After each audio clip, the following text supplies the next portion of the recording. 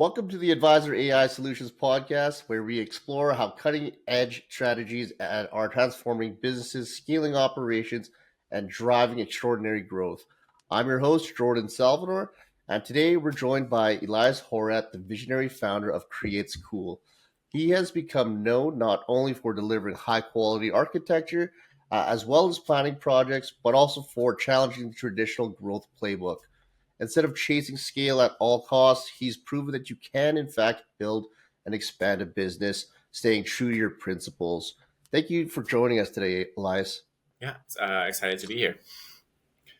Uh, Excited to have you as well. So here's today's question that many leaders wrestle with. Do you have to compromise values to scale? So today we're going to unpack how firms can grow sustainably without selling out. Elias, before we get into the topic of scaling with principles, Yeah. I'd love to hear your journey and how you created Create School and how did it come about? Yeah. Basically, I've worked in San Francisco now over a decade. I myself went to school for architecture or design school and then a master's in architecture. Always knew I wanted to be an architect. Each step along the way was really those decisions that I made. Every step was just very much secure that I did want to be an architect.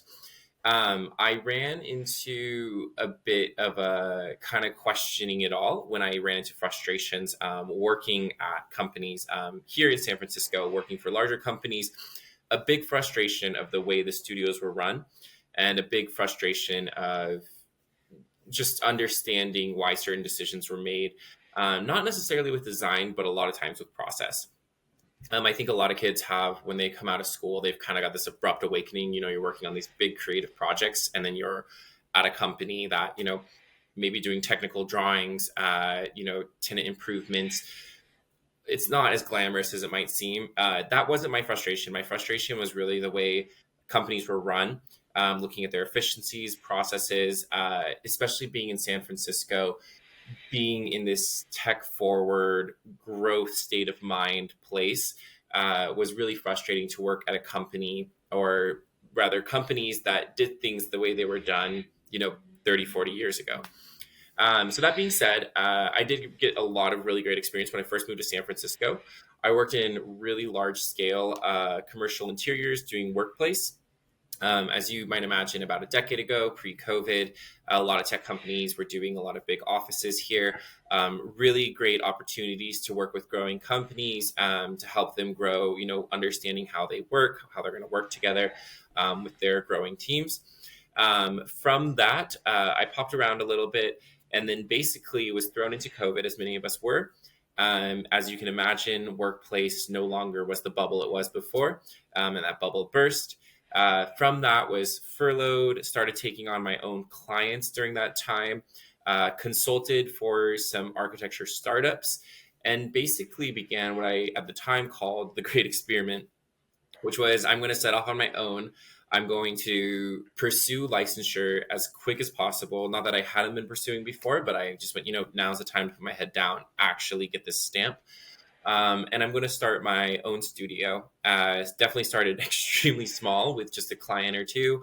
Was a part-time role at first, was able to transition myself into being full-time. Was able to grab some great designers from previous studios, some interns, some junior designers, offer them part-time roles that transitioned into full-time roles eventually. And it really began, I do believe in the beginning, it really was the Great Experiment of, for so long, I've thought about these processes. I even took notes of, this is the way we do our design reviews, or this is the way we do our presentations. It seems so inefficient. This is the way we model out our projects. It seems so inefficient. I think we can create a better product faster and more efficiently for our clients. I think we can have better reviews internally. All of those notes I took, I really started to put into practice. Everyone on my team was so great of understanding. I was like, we got to visit contracts quarterly because I don't know if this is going to work out. I don't know if I'm just running here in the dark. But it was something I wanted to try out. And it very clearly, pretty quickly, there was an understanding of that this was going to work. We started with smaller projects, residential projects, as I'm sure you can imagine. Around COVID, everyone's been spending time at home. They're all frustrated with their houses. So we started with a lot of those projects and really just worked our way up. Our first year we did like multiple washer and dryers, like that small of projects. And then we worked our way up to full scale remodels, worked our way up to additions, breaking the original shell, worked our way up to ground up residential, tiptoed into and eventually broke into the commercial space of hospitality, got back into some workspace, which was my original bread and butter. And then with, years later, we now have our hands in everything in almost every jurisdiction around the Bay Area, in every project type that you can imagine. And with this whole process and wanting to be technology driven, efficiency driven, the back of my mind, and one thing we try to push forward is we don't do this just so we have a better process. We do this so we can spend time on what matters. And what matters is design for our clients and hearing and understanding our clients' values. And we really gotten there. It was, of course, this balance at first of we're focusing so much on templates, or we're focusing so much on the process. But it's really by taking out the busy work, by making things more simple when it comes to checklists and understanding feedback loops, we really have been able to give time back to design and thoughtful design for our clients, listening to our clients, and understanding what matters. So I was actually just conducting some interviews this week, and I said, at the end of the day, we are an architecture studio. That's what we do. Here are our files. Here are our construction document sets. But everything leading up to that, we're run as a technology company, as the way we do our reviews, the way we look through sets, the way we communicate with each other. We're anything but a design studio. But then we pair that, of course, with the rigorous design thinking. That's a terrific story. I appreciate you sharing that. I really liked how you took your frustrations from the start, figured out how to troubleshoot, through your different challenges and experiences, and then finally, obviously not instantly, but finally be able to evolve it and then be able to integrate, implement it into your own business and bring it to where it is now. Yeah. That's tremendous. Yeah. Thank you. Elias, many people believe that to scale, you inevitably basically have to cut corners, whether it's on quality of your work, or whether it's on people, or your values. So you've pushed back against that. What's the flaw in that assumption? Um, I think there's a couple different flaws. I will say this: we are a smaller studio. I'm not running a Fortune 500 company. I'm not one of the biggest names in the country. We're not one of the top 20 studios or whatever. We have been around for about 5 years. We've got a team that shifts size, but is up to 10 members at some point. Right now we're a little lower, but we've definitely set up standards to grow more, and we expect to grow more as well. I think, first off, being steadfast and standing by your beliefs. One thing I was really frustrated with in the industry was underpaid workers and overworked workers. And that was one thing where in the very beginning I said no one's going to work overtime. And there's a couple different ways that we were able to combat that as we grew.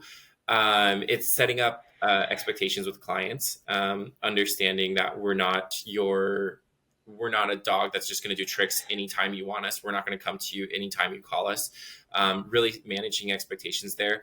And honestly, why should we? We work so passionately, so hard on our projects, but I'm never going to receive a client email at 5 p.m. and then let my team know, you know what, you're now going to be working late tonight. I find that extremely inappropriate for what we are paid as designers.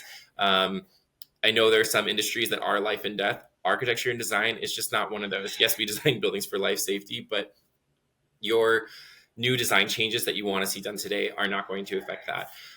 From the very beginning, as we were focusing on technology, I really wanted us to also focus on that we are a design studio and creative design. And I knew that so many of my employees would be heads down in the weeds of working on construction documents, technical drawings, templates, standards.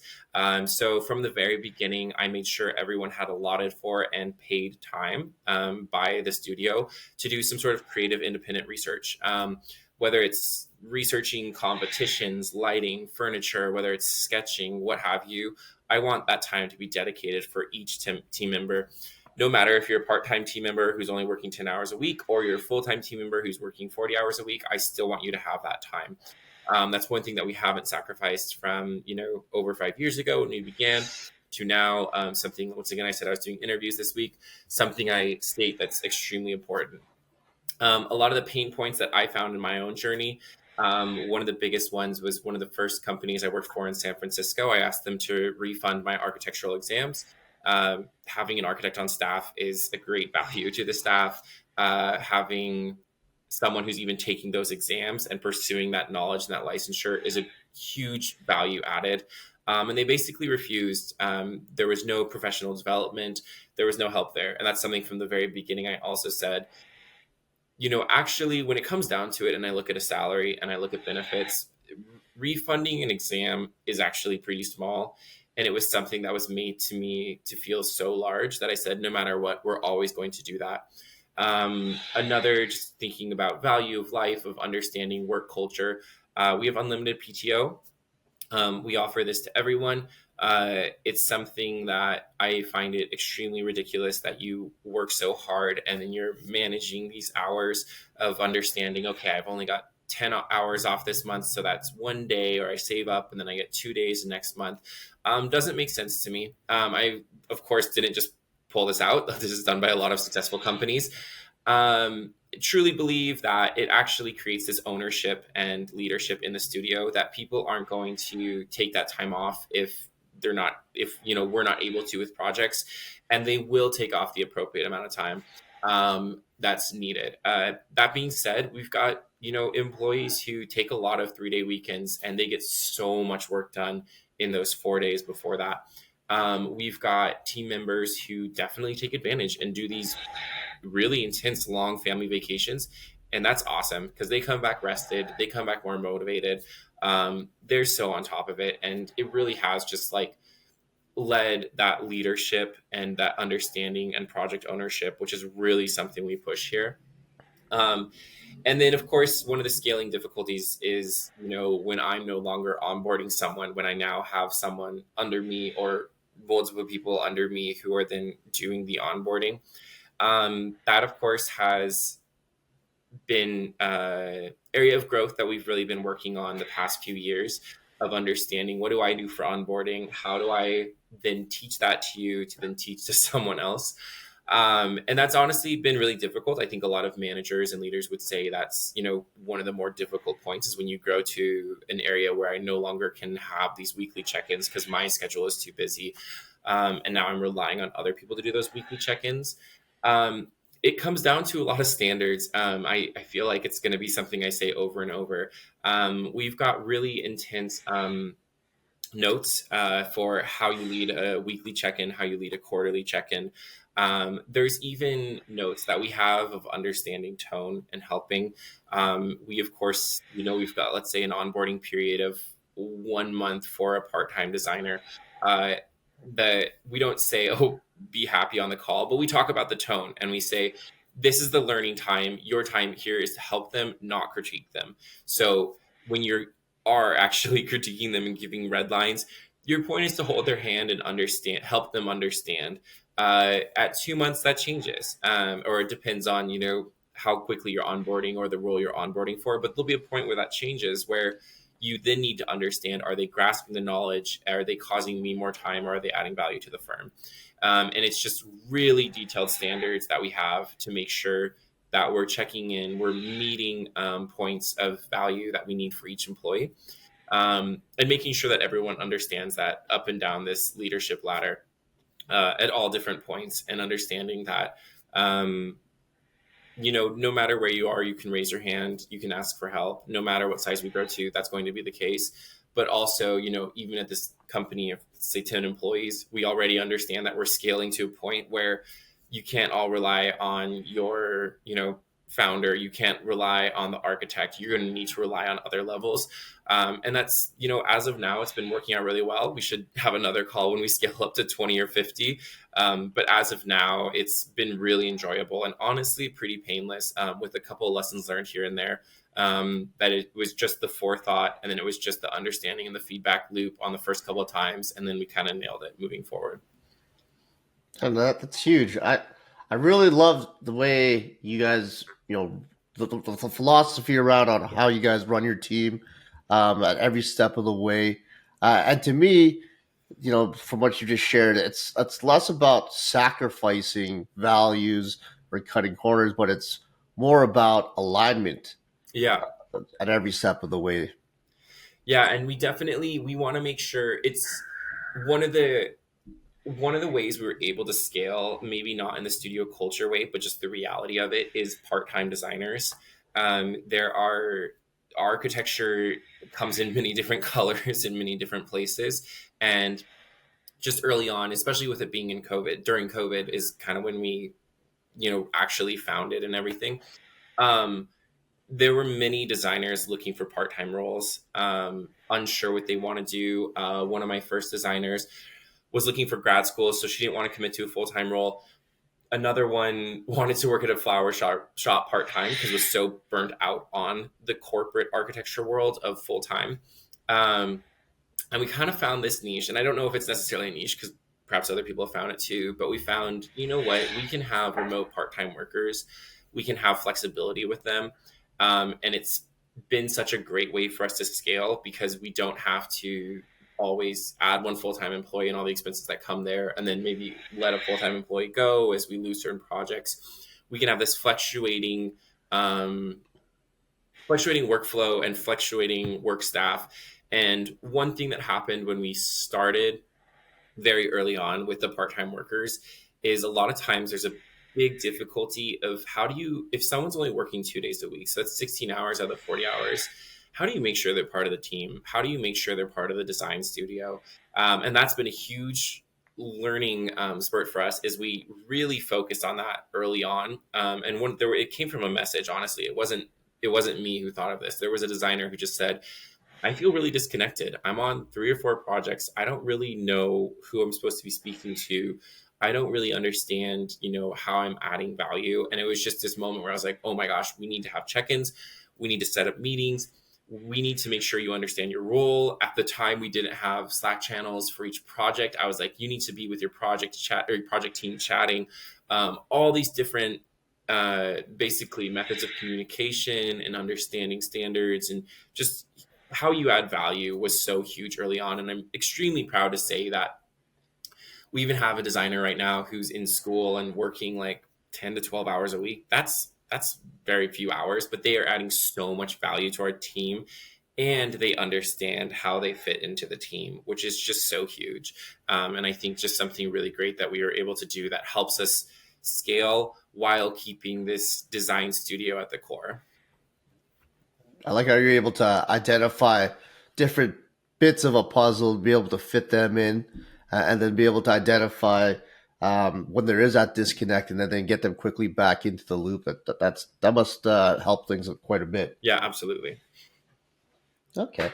So, Elias, there's a perception in architecture as well as planning that clients don't necessarily really care about principles. They just want results. Do you think that's a myth? Or maybe how have you seen principles actually become a selling point instead? Uh, I think it's mostly a myth. And once again, I'm not going to fight against someone who's worked in the industry for 50 years. That being said, the industry has changed a lot in 50 years, and clients' needs and desires have changed a lot in 50 years. We definitely, absolutely, we have clients come to us and say, I really like your technology driven process. Tell me what you do. And I'm like, sometimes it's as simple as saying, hey, we work in Google Slides and we can comment over this. Or the first contract I send is in Google Docs, and it's a working contract that we can work through rather than sending you a PDF. I'm sending you physical drawings. That does work for some people. Other clients no. So it's really just understanding them. As far as our principles go, uh, we when we send out our kind of bid for a project, we always send out a document that is it's a portfolio document in the latter portion, and it's showing off our projects of, hey, we're capable of doing this, look at all the great work we've done, we can do more for you. The whole first half, at least the first third or so, is about our studio. And we push that so hard. And we do believe that's a selling point. And there's a reason that's at the beginning, not at the end. We talk about the way we collaboratively work. We talk about our sustainability guidelines and the way we are sustainable with our projects, the way we're sustainable with our studio. We talk about the nonprofits that we give money to and we partner with each year. We talk about our goals as a studio. We just became B Corp certified. It was a really long, strenuous process that was pretty difficult, but was really great because it helped us review everything from how we work internally to how we work externally with our customers. And that was just a great process. And we pushed that out there. We let people know. That was in my email signature for like almost half this year. I was like, hey, this is something we value, and this is something I want you to look at, because if you're going to partner with us, you need to know we value this. We don't take on certain types of clients, and we want customer feedback to grow our products to be better. And we also extremely value our team. Our team rating got like one of the highest ratings because of what we offer, what I've already talked about on this call. Um, that's something we extremely push and we push forward for.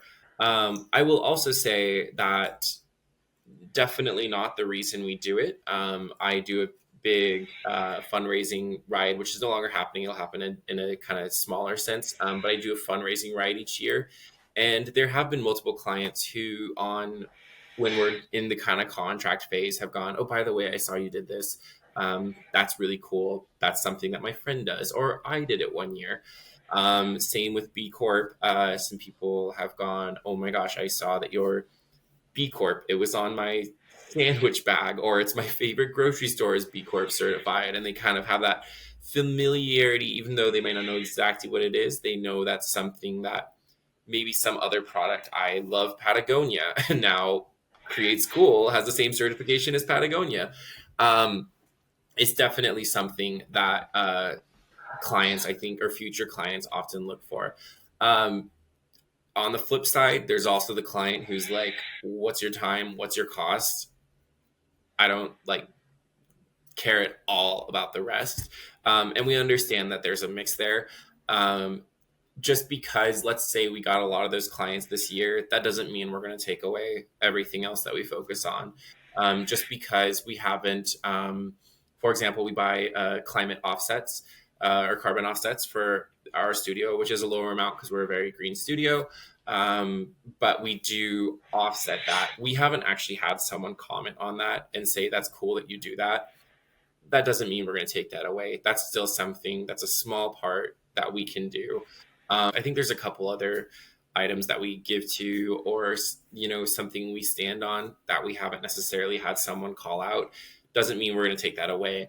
And also the items that are called out doesn't mean we're going to like do more. We're going to stick by our values for what we do.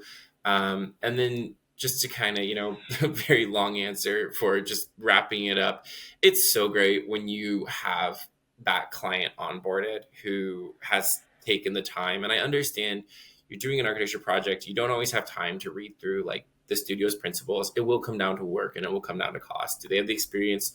Are they in my budget? I get that at the end of the day, but it is really cool when you can start a project on kind of this mutual understanding of, I love that you're technology process driven. I love all that you do for the community. I love the way you run your studio. My voicemail on my phone, first off, my phone turns off at 6 p.m. So nobody's able to contact me in the evenings. I truly believe at the end of the process, even clients that want to talk later will actually thank me later because nobody wants to be working that late. It's also off during the weekends, and my voicemail says I'm probably out in nature on the weekends. And that is kind of a chuckling thing. And then I also have to sometimes tell clients that I wasn't out in nature. I was just hanging at home or whatever during the weekend, which can be funny. But it just sets this early precedent, and it's really great of like, when we're on, and we're working so hard. And when we're off, we're off. And that's what makes us be so ready to be on. And I think clients, maybe not in the beginning, if they don't understand those values, by the end, they do understand those values and they chuckle at the voicemail. And then they say, yeah, like first thing on Monday, I know I'm going to get an email from Elias. I'm not going to hear from him on Sunday, but I know Monday I've got 100% of him. That's great, man. Yeah, terrific. Like the way you've shared, the different ads that you provide your clients, the way that you treat your team, and then you also have your limitations for when work starts and when it stops. I think that's great, and the way it's modeled. And a lot of our listeners, who are running other firms, I think they're going to be able to take away from that as well. Yeah.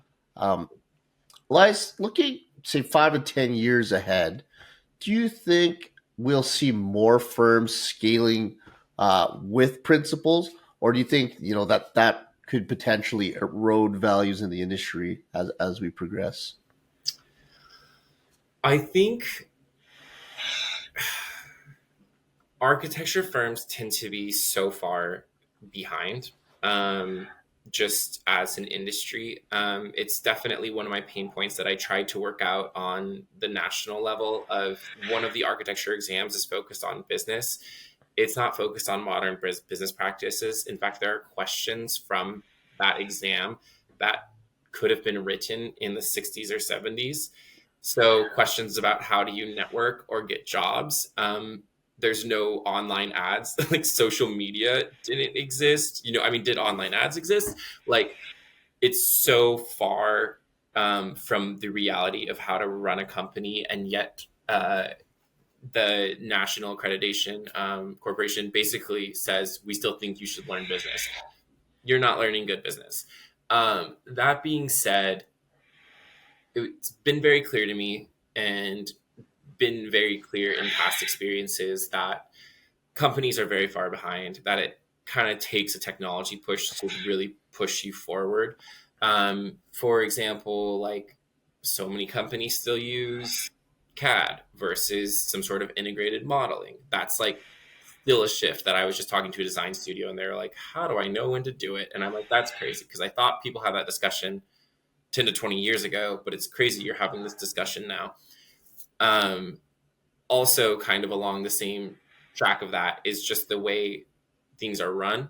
Is there isn't necessarily this innovation for the way things are run. So like we're in a really or sorry, going back to COVID, it was like architecture studios could never be remote. They were like, how could we ever be remote? How would we ever communicate? We need to be in person. Every architecture company had a storefront. Every design studio had offices. All of a sudden COVID happens, and it's, oh my gosh, what we're going to do. In San Francisco, the architecture and design studios were some of the last to go remote. Everyone else just said, we're going to make it work, we're going to do this. I understand there's expenses, I understand maybe you're on a desktop versus a laptop, I understand there's lots that goes into that. Guess what happened? It worked out. Everyone was forced to adapt to the technology, and it worked out fine. And now you've got almost every architecture and design studio is hybrid, and they aren't full-time in person, because they realize that works. They realize the value added to partial work from home. It took a national pandemic for that to happen. It wasn't something where architecture firms were like, we're going to try to make this work. We're going to have remote employees as well as full-time in-person employees. It took something as crazy as legally being forced to stay home for architecture and design studios to be able to change that. Right now, we're in this AI boom. From my understanding, it's also, I don't want to take away employees' jobs. I definitely do not want to use it for design. There are a lot of really great things you can use it for. There are a lot of busy tasks you can use it for. There's a lot of automations, not talking about design, not talking about replacing people, just talking about better, more accurate work. I think it is going to take so long to implement that into design studios. And I think it's going to be implemented really sloppily and incorrectly. And maybe that is taking over employees. Maybe that is, taking over design as in typing in design concepts and getting something AI spit out. I think it's not going to be integrated well. I think one thing that I obviously stand on, and hopefully it's very clear, is the way we want to grow, and we want to use technology to help our design to give that time back. It's my genuine hope that these technology tools are used to then give more time back to what matters, which is human design and design for humans. It's my concern, just with what I've seen with, oh, I can use this to create a color palette, or just certain things that I really wish were used, um, or done by human designers.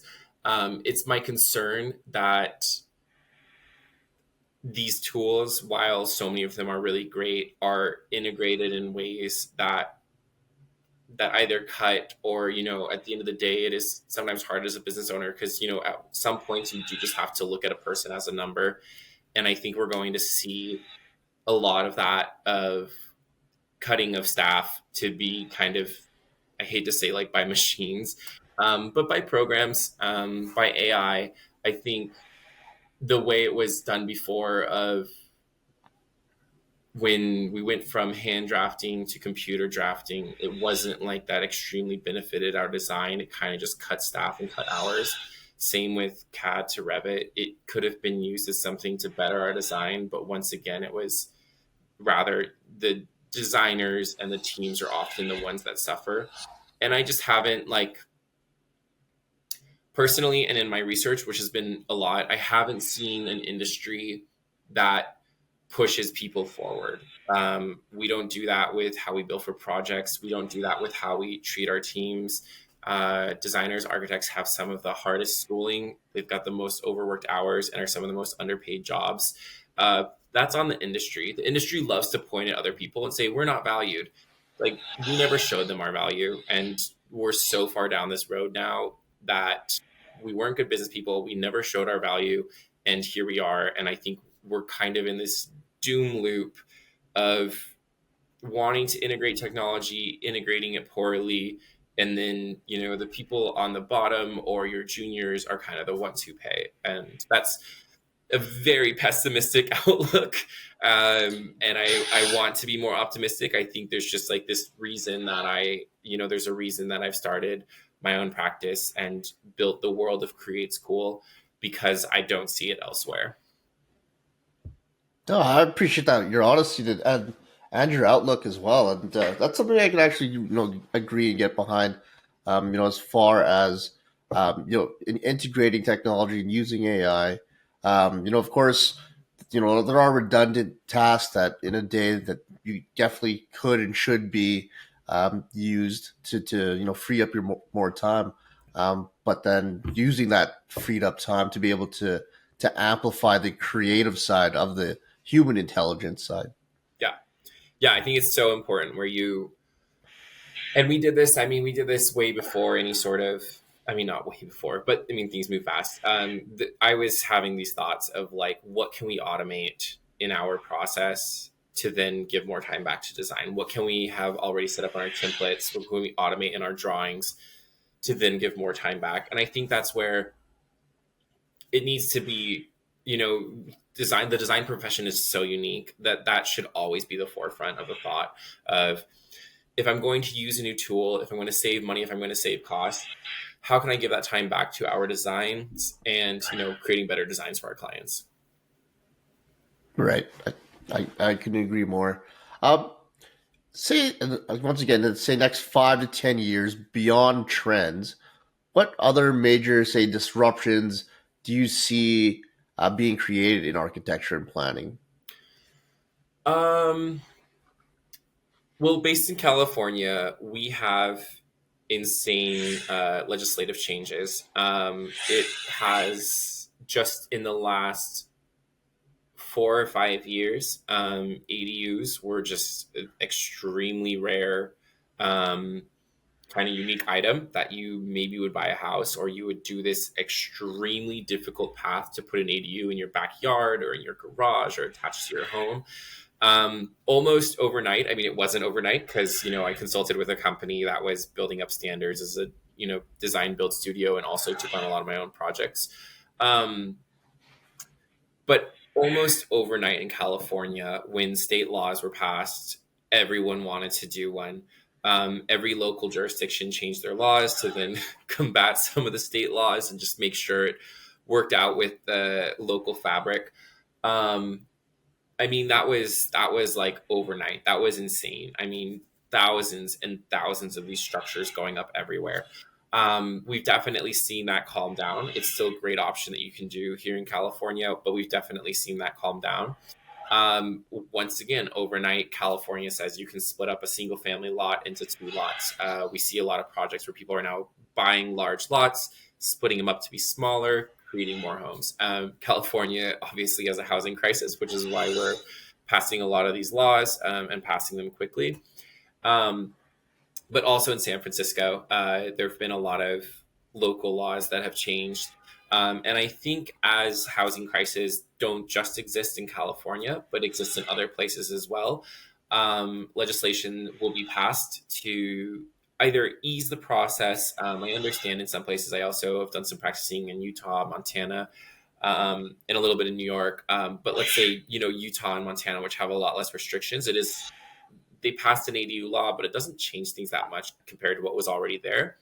So I understand that, if you live in a state that doesn't have as many restrictions, you may not see these booms. But I thoroughly believe that legislation, as well as economic need, will absolutely lead what needs to be done for architecture. There's just a general housing crisis in the United States, not just in California. I think we're going to see a lot more creative housing be created, as well as infrastructure for that. That being said, we've kind of got this like sprawl model. I'm from a rural place in Montana originally. I went to college in another rural place that has almost maxed out the sprawl. And there's starting to be a lot more creative conversations of not just multifamily, but different levels of this kind of mixed multifamily housing. One of these companies I really appreciate and I really love their work. I believe they're called Frolic, and they're based out of Seattle, and they basically have a new housing model where they look at different types of ownership too, because owning a house is harder than ever, more expensive than ever. So I think there'll be a lot that aligns with that. Also, just the future of work, which we're in it, and yet we still haven't completely figured it out. I think cities and really high dense areas are really gonna. I think there's going to be some sort of reckoning. I don't think we're there yet. San Francisco is coming back to life, and we've got a lot of people working. And compared to so many other cities of our size, we are busier than a lot of them as far as downtown areas go. But I think there'll be this reckoning and this balancing act where we won't see this boom of workplace that we saw before, but we'll see some sort of mixed balance that's figured out eventually. I don't think developers quite know what it is yet. I don't think architects and designers know what it is yet. Um, Everyone loves sketching out the tower where it's half residential, half offices, and you convert half of them. I don't know if that's it, but I think there's going to be some balance that's also created in our urban areas to understand what work actually looks like. Those are definitely some very exciting visions. Um, and I've had several conversations as far as the widespread of ADUs. Yeah. I know like they are up and coming in like Connecticut and Massachusetts, um, but then yeah, also the wider spread of multi-purpose buildings as well. Yeah. Um, pretty cool stuff for sure. Okay, but Elias, before we wrap up here, just one question we'd like to ask all of our guests: if you were doing what you're doing now, what do you think you'd be doing instead? Oh, that's a good question. I just saw a job posted on LinkedIn and I was like, oh, I'd probably be doing that. I don't know if I want to be a workplace planner for a growing tech company though, but I probably would do that. No, I would definitely want to stay in some sort of design, some sort of art and design. I love all facets of branding, any sort of built environment, art structures. I mean, those are a little bit daydreamy, jobs. Extremely loving this season of Project Runway. I would love to be a fashion designer. I have no idea what it takes and how difficult it probably is. But I would definitely need design in my life. I'm so privileged that while so much of every day is business operations and project management. I still get, so many moments throughout the day to be a designer, a critical thinker, to create build space, to see build spaces that we've created. Um, I would definitely need to still, at my core, I'm a designer and would still need to do something along those lines. Right. I could totally see that, how it would transfer over into another career for sure. Yeah. So Elias, where can our listeners connect with you, whether your website, socials, and then if you'd like, maybe you can share with something that you guys are currently working on that you're excited about.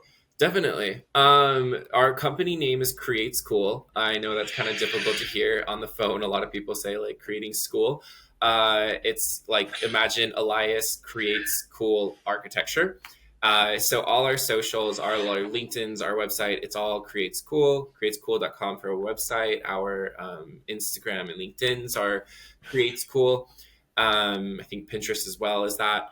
Yeah, please definitely follow along. We've got fun stuff we post on Instagram, both about our studio culture as well as the fun work we're doing. A lot of projects that are under construction that should be really exciting that are going to be opening soon.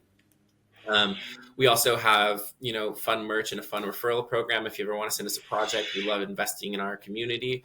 And then one fun thing we're working on, we built a study guide for people pursuing architecture licensure. We built this study guide over the past it was past decade of my work and studying for these exams. It's the most affordable study guide out there. I'm happy to give free months to everyone to try it. I believe that promo is up on our website. That's called ArcU. It's ARCHU.us is our website. Our Instagram is also arcu.us. And I believe our LinkedIn as well. Follow along the socials if you want to have some free study tips, free exam questions, free resources, and do check it out. As much as I kind of talked against licensure and some of the annoying parts of it, it is extremely valuable. We need more architects in the States, and definitely something worth pursuing. And we're here to help you with that process to make it painless and smooth and also just affordable. We're here to help. And then, yeah, my name's Elias. My email is elias@createscool. If you've got any questions or want to reach out directly, I would love to hear from you. I love it. I hope all of our listeners take advantage of your guys' offer and connect. So today, Elias, you showed us that scaling doesn't have to come at a cost over your values. We learned that principles can be a differentiator and that frameworks exist to guide leaders towards growth in both sustainable and to keep your team aligned. Thank you so much for sharing your stories and insights. I truly did enjoy this conversation. Uh, and to our listeners, if you want to dive deeper into transforming your business, check us out at advisораisolutions.com or our Instagram at advisorai.solutions. Don't forget to like, subscribe, and share the episode with someone who needs to hear it. And always remember, automate the ordinary and scale the extraordinary. Thanks again for being with us, Elias. Thank you so much.